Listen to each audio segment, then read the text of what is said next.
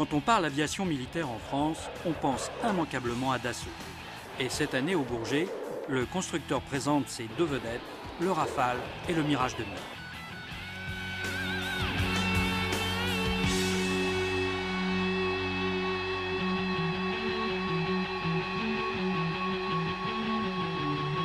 Dernier représentant d'une dynastie, peut-être. Le Mirage 2000 en est certainement l'aboutissement. On devine en lui l'empreinte de son concepteur, le dessin gracieux de ses lignes et cette aile au delta qui ne renie pas ses origines. Sous ses allures de petit frère de Mirage 3, le 2000 est une addition parfaite de nouvelles technologies.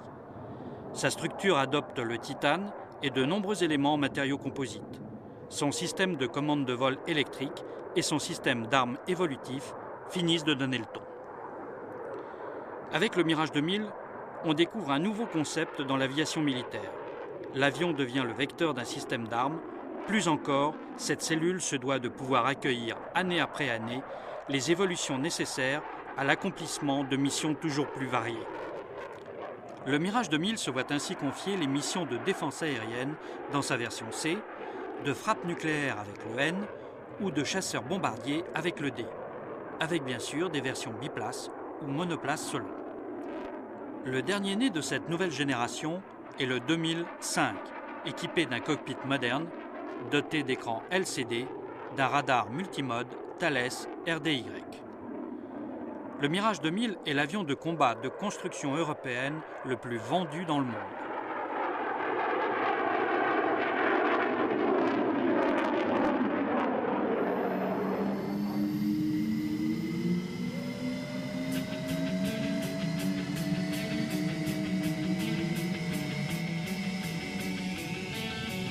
Abandonnant le concept de l'avion Delta monoréacteur, l'avionneur français se tourna vers un biréacteur, intégrant un puissant système d'armes allant de la gestion d'une interception, du combat aérien, du bombardement et de la pénétration basse altitude. Le Rafale intègre tous les équipements dont peut rêver un pilote. Cockpit pourvu d'écran LCD, système de commande numérique, mini-manche. Le tout installé dans un siège éjectable incliné de 32 degrés. La construction fait largement appel aux matériaux composites, comme les fibres de carbone, Kevlar, ainsi qu'à des alliages aluminium-lithium. Au fil des études et des projections opérationnelles, il fut décidé que l'avion devait également remplacer les vieux chasseurs embarqués Crusader de la marine. Ces nouvelles contraintes obligèrent les ingénieurs de Dassault à repenser jusqu'à leur méthode de travail.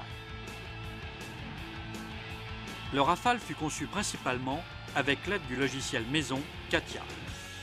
Ce fabuleux outil permettant aux ingénieurs de visualiser et d'intégrer d'une façon plus simple et plus rapide la multitude de systèmes et sous-ensembles composant cet appareil de haute technologie.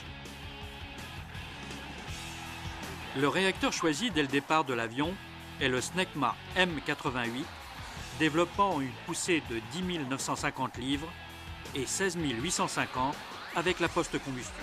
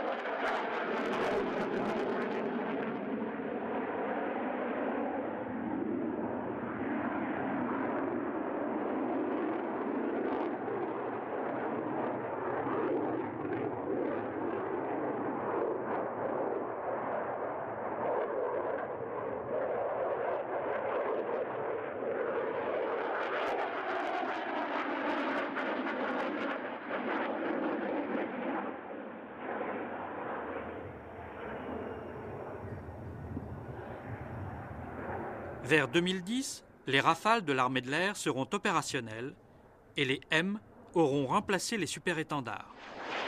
À ce moment précis, le pont d'envol du Charles de Gaulle ne comptera plus que 2 types d'appareils, le Hawkie de surveillance radar et le Rafale.